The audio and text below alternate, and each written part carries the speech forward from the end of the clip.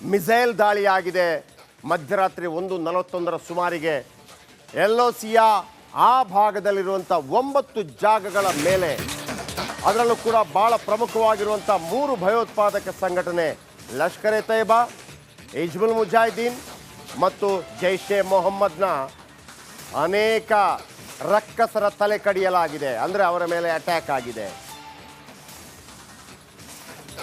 ಪಾಕಿಸ್ತಾನ ಅದನ್ನು ಒಪ್ಕೊಂಡಿದೆ. ಸೂರ್ಯೋದಯ ಇವತ್ತಿನ 7ನೇ ತಾರೀಕಿನ ಸೂರ್ಯೋದಯ 50 ರಕ್ಕಸರಿಗೆ ಭಾಗ್ಯ ಇಲ್ಲ. 50 ರಕ್ಕಸರಿಗೆ ಇವತ್ತಿನ ಬೆಳಗ್ಗಿನ ಸೂರ್ಯೋದಯವನ್ನು ನೋಡುವ ಭಾಗ್ಯವಿಲ್ಲ. ರಾತ್ರಿ 1:41 ಸುಮಾರಿಗೆ ಅವರ ಮಾರಣ ಹೋಮ ನಡೆದು ಹೋಗಿದೆ.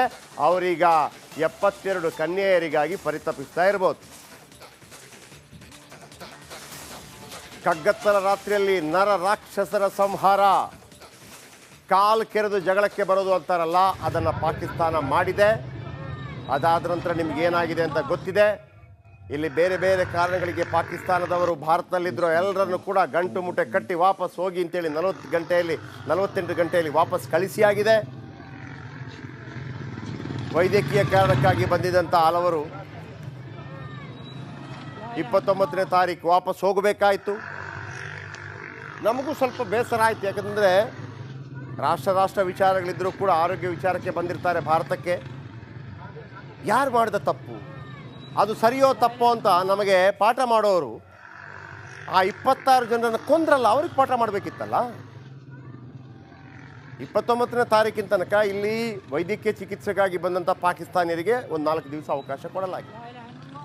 ಕೆಲವರನ್ನೆಲ್ಲ ಬೆಂಗಳೂರು, ಮೈಸೂರು, ಗುಜರಾತ್ ಎಲ್ಲ ಕಡೆಯಿಂದ ಕೂಡ ವಾಪಸ್ ಕಳಿಸುವಾಗ ಅವರೆಲ್ಲ ಅಲ್ಲಿ ಕೂತಿದ್ದಾಗ ಆಗ ಕೆಲವರಿಗೆ ಮಾನವೀಯತೆ ಮಿಡಿಯುತ್ತೆ. ನೋಡಿ, ಇವರೇನು ತಪ್ಪು ಮಾಡಿದ್ದಾರೆ, ಅವನು ತಪ್ಪು ಮಾಡಬಾರದು, ಅವನು ತಪ್ಪು ಮಾಡಿದರೆ ಅವನ ಜನಗಳಿಗೆ ಏನು ತೊಂದರೆ ಆಗುತ್ತೆ ಅಂತ ಅವನಿಗೆ ಗೊತ್ತಾಗಲಿ, ಅವನ ಮುಂದಿನ ಪೀಳಿಗೆಗೆ. ಆಮೇಲೆ ಏನಾಗುತ್ತೆ ಅಂತೇಳಿ ಇವತ್ತು 50 ಜನರ ಸಂಹಾರ ಮಾಡಲಾಗಿದೆಯಲ್ಲ, ರಾಕ್ಷಸ ಸಂಹಾರ, ಅದರಲ್ಲೂ ಗೊತ್ತಾಗಬೇಕು ಅಂತ. ಗುಸ್ಗೆ ಮಾರೆಂಗೆ ಹೊಡೆದಿದ್ದೀವಿ. ಮೋದಿ ಕೋ ಜಾಕೆ ಬೋಲೋ ಅಂದ 4 ಉಗ್ರರಿದ್ದಾರಲ್ಲ, ಅವರ ತಲೆಗಳು ಕೂಡ ನಮಗೆ ಬೇಕು. ಅವರಿಗೆ ಕೂಡ ಸಿಕ್ಕಿಲ್ಲ, ಅವರ ತಲೆಗಳು ಕೂಡ ಬೇಕಾಗಿದೆ. ಭಾರತೀಯ ಸೇನೆ ಅವರ ಹುಟ್ಟಡಗಿಸುತ್ತೆ ಅನ್ನುವಂಥ ವಿಶ್ವಾಸ ಕೂಡ ಇದೆ. 140 ಕೋಟಿ ಜನ ಆಯ್ತಾ ಇದ್ರು. ಒಂದು ದೊಡ್ಡ ರಿವೆಂಜ್ ಬೇಕು. ಅದು ನರಮೇಧಕ್ಕೆ ಭಾರತದ ಕಠೋರ ಪ್ರತೀಕಾರ.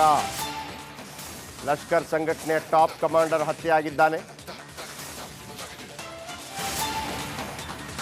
ಲಷ್ಕರ್ ಎ ತಯ್ಯಬಾ, ಹಿಜ್ಬುಲ್ ಮುಜಾಹಿದೀನ್, ಜೈಷ್ ಎ ಮೊಹಮ್ಮದ್ 3 ಪ್ರಮುಖ ಸಂಘಟನೆಗಳು.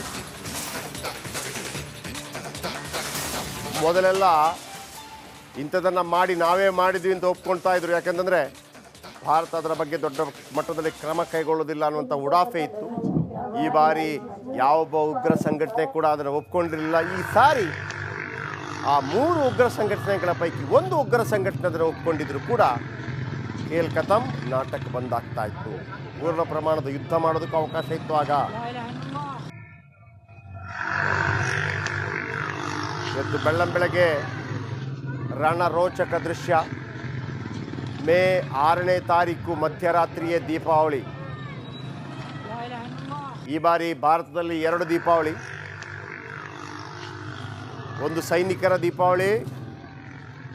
ಸೈನಿಕರ ದೀಪಾವಳಿಯಲ್ಲಿ ನಿಜ ರಕ್ಕಸರ ಅಟ್ಟಹಾಸ, ಆ ಅಟ್ಟಹಾಸವನ್ನು ಮುರಿಯಲಾಗಿದೆ.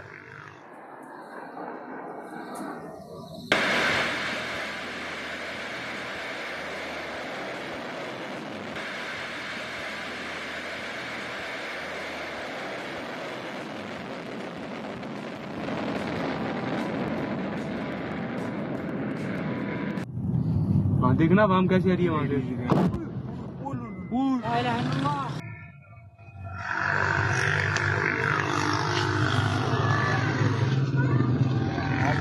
ಸಿಂಧೂರ ಧರ್ಮದ ಹೆಸರು ಹೇಳಿ 26 ಜನರನ್ನೇನು ಹತ್ಯೆ ಮಾಡಲಾಗಿತ್ತು. ಹೆಣ್ಣು ಮಕ್ಕಳ ಸಿಂಧೂರವನ್ನು ಅಳಿಸಲಾಗಿತ್ತು. ಅದೇ ಆಪರೇಷನ್ ಸಿಂಧೂರ ಹೆಸರು ಹೇಳಿ ಇವತ್ತು ನರರಕ್ಕಸರ ಹತ್ಯೆ ಆಗ್ತಾ ಇದೆ. ಇವತ್ತು ಬೆಳಗ್ಗೆ 11 ಗಂಟೆಗೆ ಕ್ಯಾಬಿನೆಟ್ ಮೀಟಿಂಗ್ ನಡೆಯುತ್ತೆ. ರಾಜನಾಥ್ ಸಿಂಗ್ ಸೇನೆಯ ಮುಖ್ಯಸ್ಥರ ಜೊತೆ ಮೀಟಿಂಗ್ ಮಾಡ್ತಾ ಇದ್ದಾರೆ. ನೋಡಿ ಪಹಲ್ಗಾಮ್ನಲ್ಲಿ ಎಲ್ಲ ಪೀಸಾಗಿ ಬಿದ್ದಿರುವಂಥ ವಸ್ತುಗಳನ್ನು ತೋರಿಸಲಾಗ್ತಾ ಇದೆ.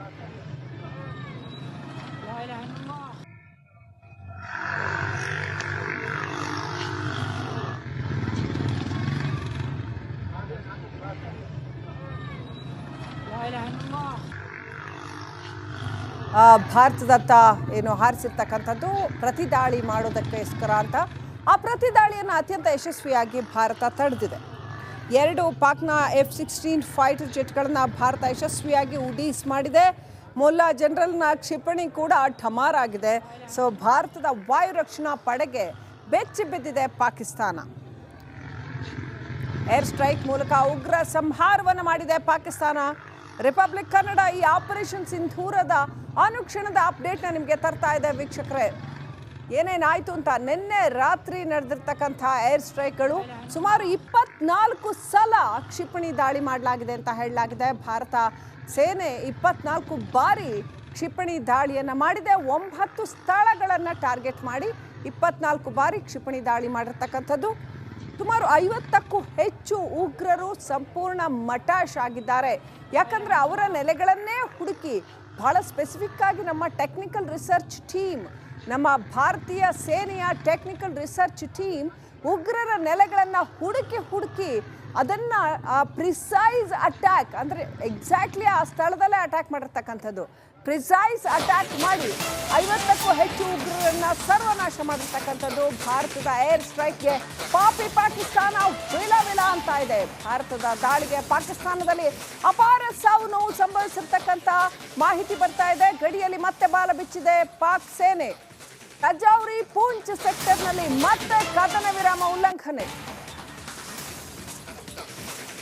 ಭಾರತ ಕದನ ವಿರಾಮವನ್ನೇನು ಲಿಫ್ಟ್ ಮಾಡಿಲ್ಲ, ಇನ್ನೂ ಕೂಡ ಹಾಗೆ ಇದೆ. ಅದು ಸೀಸ್ ಫೈರ್ ಲಿಫ್ಟ್ ಆಗಿಲ್ಲ, ಇನ್ನೂ ಕೂಡ ಸೀಸ್ ಫೈರ್ ಇದೆ. ಭಾರತ ಇದನ್ನ ಯುದ್ಧ ಅಂತ ಕರೆದಿಲ್ಲ, ಬದಲಾಗಿ ಭಯೋತ್ಪಾದಕರ ವಿರುದ್ಧದ ದಾಳಿ ಸ್ಟ್ರೈಕ್ಸ್ ಅಂತ ಮಾತ್ರ ಕರೆದಿರ್ತಕ್ಕಂಥದ್ದು.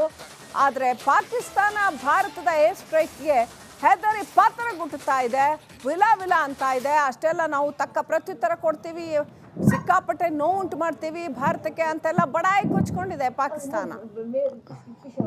ಗುಪ್ತಚರ ಇಲಾಖೆಯ ಮಾಹಿತಿಯಂತೆ ಪಕ್ಕಾ ಅಟ್ಯಾಕ್, ಪ್ರಿಸೈಸ್ ಅಟ್ಯಾಕ್ ಮಾಡಿರ್ತಕ್ಕಂಥದ್ದು. ಯಾವ್ಯಾವ ಉಗ್ರರು ಎಲ್ಲೆಲ್ಲಿದ್ದಾರೆ ಎಲ್ಲ ಮಾಹಿತಿ ಇತ್ತು.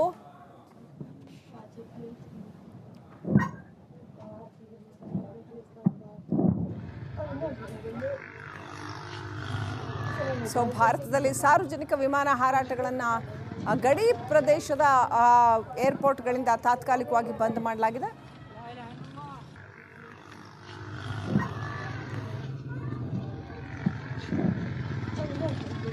ಓಕೆ, ನಿರಂತರವಾಗಿ ನಾವು ಆಪರೇಷನ್ ಸಿಂಧೂರದ ಮಾಹಿತಿಗಳನ್ನು ಕೊಡ್ತಾ ಹೋಗ್ತಾ ಇದ್ದೀವಿ. ಇವತ್ತು ಬೆಳ್ಳಂಬೆಳಗ್ಗೆ 7 ಗಂಟೆ 5 ನಿಮಿಷ ಆಯ್ತು. ಈಗ ನನ್ನ ಇಬ್ಬರು ಕಲೀಗ್ಗಳು, ವಿಶೇಷವಾಗಿ ರಂಜಿತ್ ಶಿರಿಯಾರ್ ಮತ್ತು ಅಭಿಷೇಕ್, ನಿರಂತರವಾಗಿ ಗಡಿ ಪ್ರದೇಶದಿಂದ ಮಾಹಿತಿಗಳನ್ನು ಕೊಡ್ತಾ ಹೋದರು.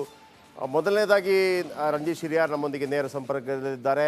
Very good morning Ranjit. ನಮಗೇನೆ ಇಲ್ಲಿ ಎಂಥ ಉತ್ಸಾಹಗಳು ಆಗತ್ತೆ ಅಂತಂದರೆ, ನಮ್ಮ 26 ಜನರನ್ನೇನು ಹೊಡೆದುರುಳಿಸಿದ್ರು ಅವರಿಗೆ ಒಂದು ಕಪಾಳ ಕೊಡುವಂಥ ಕೆಲಸಗಳಾಗ್ತಾ ಇದೆ ಅನ್ನುವಂಥ ಒಂದು ಖುಷಿ ಒಂದು ಕಡೆ. ಮತ್ತೊಂದು ಕಡೆ ಆ ಭಾಗದಲ್ಲಿ ನೀವು ಕೂಡ ಸೇಫ್ ಆಗಿರಿ ಅನ್ನುವಂಥ ಒಂದು ಸೇಫ್ ಆಗಿರ್ತೀರಿ ಅನ್ನುವಂಥ ವಿಶ್ವಾಸದೊಂದಿಗೆ ಅಲ್ಲಿಂದ ಏನೆಲ್ಲ ಅಪ್ಡೇಟ್ಸ್ ಕೊಡ್ಬೋದು ಈ ಕ್ಷಣಕ್ಕೆ? ಜಯಪ್ರಕಾಶ್ ಶೆಟ್ರೆ, ನೋಡಿ, ಸುಮಾರು 144 ಕೋಟಿ ಜನ ಕೇಳಿದ್ದು ಕೇವಲ ಪಾಕಿಸ್ತಾನ ಭಯೋತ್ಪಾದನೆ ವಿರುದ್ಧ ಪ್ರತೀಕಾರ. ಅವರೆಲ್ಲರೂ ಹಿಂದೂ ಅನ್ನೋ ಕಾರಣಕ್ಕೋಸ್ಕರ 25 ಜನರನ್ನ ಅವರ ಪ್ಯಾಂಟ್ ಬಿಚ್ಚಿಸಿ ಅವರ ತಲೆಗೆ ಗನ್ ಪಾಯಿಂಟ್ ಇಟ್ಟು ಶೂಟ್ ಮಾಡಿದ್ರಲ್ಲ, ಆ ನರಹಂತಕರನ್ನು ಬಿಡಬೇಕಾ ಅನ್ನೋದು ಭಾರತೀಯರು ಕೇಳಿದ್ರು. ಅದರ ಸಂಬಂಧ ಇವತ್ತು ರಾತ್ರಿ ಅಂದರೆ ನಿನ್ನೆ ರಾತ್ರಿ 1:44 ಸುಮಾರಿಗೆ ಭಾರತದ ವಾಯುಪಡೆ ಮೊದಲೇ ಸನ್ನದ್ಧವಾದಂಥ ಸ್ಥಿತಿಯಲ್ಲಿ ಪಾಕಿಸ್ತಾನದ ಸುಮಾರು 4 ಜಾಗ, ಹಾಗೆ ಪಾಕ್ ಆಕ್ಯುಪೈಡ್ ಕಾಶ್ಮೀರದ 5 ಜಾಗದ ಮೇಲೆ ಕಣ್ಣು ಮುಚ್ಚಿ ತೆರೆಯೋದ್ರೊಳಗಡೆ ಭಾರತದ ರಫೇಲ್ ವಿಮಾನಗಳು ಹಾರಿ ಹೋಗುತ್ತೆ. ಇಡೀ ವಿಶ್ವ ಮಲಗಿತ್ತು, ಆಗ ನಿದ್ದೆ ಕಣ್ಣಲ್ಲಿತ್ತು.